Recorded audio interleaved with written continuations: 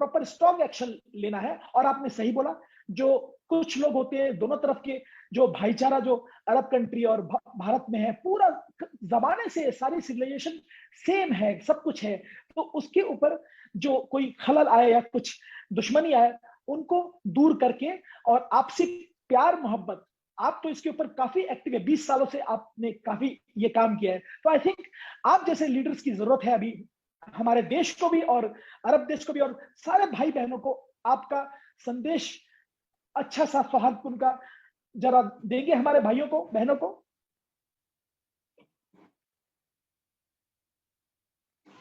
नहीं, देखिए, अरब देशों से जो है हमारा सदियों से अच्छा ताल्लुकात रहे हैं। इस्लाम आने से पहले अरब देशों से हमारे तिजारती संबंध थे, और जब इस्लाम आया तो हम और करीब हो गए। तो हमारे जो अरब देश में जो लोग हैं या जो सरकारें हैं, उनको हम बिल्कुल अपने भाई की तरह मानते हैं, और हर सुख दुख में हमेशा से हिंदुस्तान ने अरब मुल्कों का साथ दिया है, और ऐसी अरब मुल्कों ने भी हिंदुस्तान की हर मुश्किल में मदद की है। वो ये सोचकर नहीं की कि यहाँ सबसे ज़्यादा मुस्लिम रहते हैं, बल्कि इस बारे में एक बहुत मशहूर हदीस है कि हमारे हज़रत मोहम्मद साहब, प्रॉफिट मोहम्मद साहब ने, बहुत मशहूर हदीस है, एक बार फरमाया था कि मुझे हिंद की तरफ से जो है अच्छी खुशबुएं आती है। तो एक शुरू से आपका भी लगाव था हिंदुस्तान से। और दूसरा यह है कि हमारे तकरीबन मोदी जी या जो भी हमारी सरकार है जी, बाहर के मुल्कों से रिएक्शन आने से पहले ही जो इस तरह के वाहियात बयान दे रहे थे, उन पर बहुत सख्त कार्रवाई की गई है, उन पे एफआईआर भी दर्ज की गई है, उनको पार्टी से भी निकाल दिया गया है। और इस मामले में जो है भारत सरकार बहुत सख्ती दिखा रही है, क्योंकि भारत सरकार हमेशा से एक बात लेकर चल रही है, सबका साथ, सबका विकास, सबका विश्वास और अब सबका प्रयास।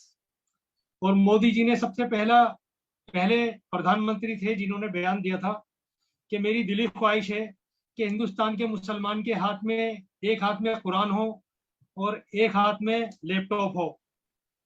बिल्कुल सही कहा आपने। उसी पॉलिसी को लेकर चलते हुए जितने भी मदरसे हैं उनका नवीकरण किया गया है, उसमें दीनी तालीम के साथ साथ दुनियावी तालीम भी राइज की गई है। और ये नहीं कि खाली कागजों पे, बल्कि ज़मीनी स्तर पे मुसलमानों की बेहतरी के लिए काम हो रहा है, इस्लाम की बेहतरी के लिए काम हो रहा है। हमारी जो पहले जमातें तबलीग के लिए जाती थी,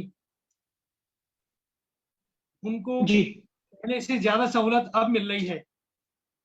टिकट रिजर्वेशन वगैरह, हर तरह की सहूलत, कहीं भी आने जाने की, दीन को तबलीग करने की, हर चीज़ की सहूलत मिल रही है उनको।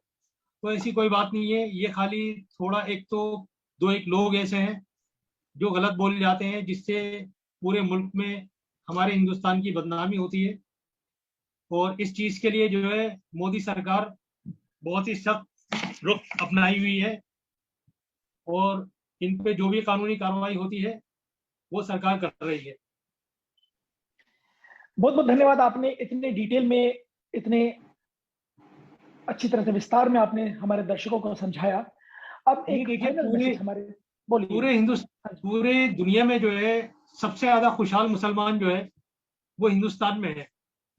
हमने देखा है, बिल्कुल सही कहा, हमने देखा है बहुत सारे इंटरव्यूज में, खुद पाकिस्तान के मुस्लिम भाइयों बहनों ने बोला है, एक्नॉलेज किया है कि इंडिया में, भारत में सबसे खुशहाल, खुद भारत में बार बार पीरियडिकली मुस्लिम भाई और बहन ओपनली बोलते हैं, वो बाहर जाके देखे, उन्होंने रियलाइज किया, उनको एहसास हुआ है। और जिस तरह से हम लोग शुरू से हमारी गंगा जमुनी तहजीब, या फिर जैसे कि हिंदू मुस्लिम भाई भाई आपस में, हिंदू मुस्लिम सिख ईसाई आपस में भाई भाई, ये सब बोलते थे।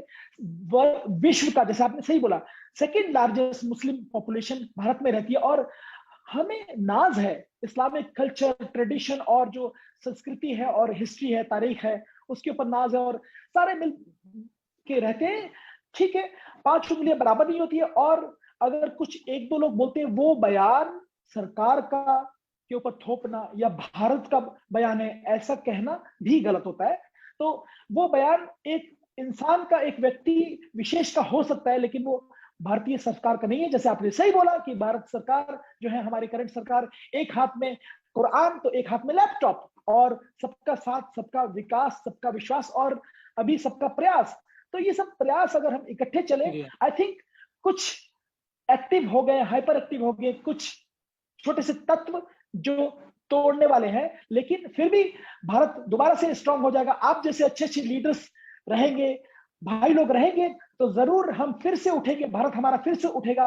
आखिरी मैसेज प्यार मोहब्बत का, सौहार्दपूर्ण का, हमारे भाई और बहनों को क्या देना चाहते हैं आप? नहीं, मैं तमाम दुनिया में जितने भी मुसलमान भाई हैं, उन सबसे एक ही अपील करना चाहता हूँ कि आप लोग जो है, जहां तक हो सके, मुसलमानों की किसी भी देश में तालीम के ऊपर तवज्जो दीजिए। अगर हमारे पास इल्म होगा तो हम अच्छे बुरे की तमीज़ कर पाएंगे। फिर जो इस तरह के जो शरारती तत्व हैं जो हमें लड़ाना चाहते हैं, उसमें वो कामयाब नहीं हो पाएंगे, क्योंकि हमें अच्छे बुरे की तमीज़ होगी।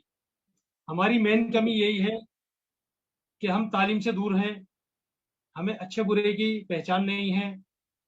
ज़रा सा भी कोई गलत बोलता है तो हम एकदम जज्बात में आन के उसका रिएक्शन करते हैं। सही। हम उसके लिए जो है कानून का सहारा नहीं लेते। तो हमें सबसे पहले जो है अपने आप को जागरूक करना है तालीम के लिए। यही मेरा पैगाम है और यही मेरी कोशिश है। बहुत बहुत धन्यवाद माननीय श्री मुकीम कुरैशी जी, आपका। आपने इतनी डिटेल में हमारे भाई और बहनों को इतने सौहार्दपूर्ण मैसेजेस दिए, और हमें उम्मीद करते हैं कि द न्यूज एक्सप्रेस और आपका डॉक्टर भैया पॉजिटिव इंडिया के माध्यम से आपका मैसेज हमारे भाइयों और बहनों तक पहुंचे। और जैसे कि ईश्वर ने सबसे पहला सूरा नाजिल किया, इकरा इकरा इकरा, आपने बोला तालीम के ऊपर, तो इकरा बिस्मि रब्बिकल लज़ी खलक, यानी पढ़े पढ़े पढ़े। तो हम भाइयों और बहनों से रिक्वेस्ट करते हैं कि प्लीज तालीम, जैसे आपने हमारे माननीय श्री मुकीम कुरैशी जी ने बोला, तालीम के ऊपर इकरा करें, इकरा ईश्वर भी बोलते हैं, तो पढ़े और एजुकेट करें, जिससे कि हम थोड़े सिविक सोसाइटी हो, मोर रिस्पॉन्सिबल हो, और पूरे विश्व में प्यार मोहब्बत फैलाएं। तो बहुत बहुत शुक्रिया आपका मुकीम जी, और हम आपसे बने रहेंगे। फिर से हम आपसे राब्ता करेंगे अगले प्रोग्राम में। बहुत बहुत शुक्रिया, शुक्रन जजीलन, थैंक यू वेरी मच। अल्लाह ताला से दुआ है कि हिंदुस्तान हमेशा सरसब्ज़ शादाब रहे, इसमें अमन चैन रहे, भाईचारा रहे। जिस तरह हिंदू मुसलमान मिलजुल कर रहता है, इसी तरह रहे, और हमारा जो है तमाम दुनिया में इसी तरह हिंदुस्तान का नाम रोशन रहे। और ख़ास तौर से हमारे अरब मुल्कों से जैसे भाईचारे के पहले संबंध थे, इंशाल्लाह और ज़्यादा अच्छे होंगे, अल्लाह ने चाहा। तथास्तु, इंशाल्लाह, आपने सही बोला, तथास्तु, आमीन आमीन, इंशाल्लाह। बहुत बहुत शुक्रिया, धन्यवाद।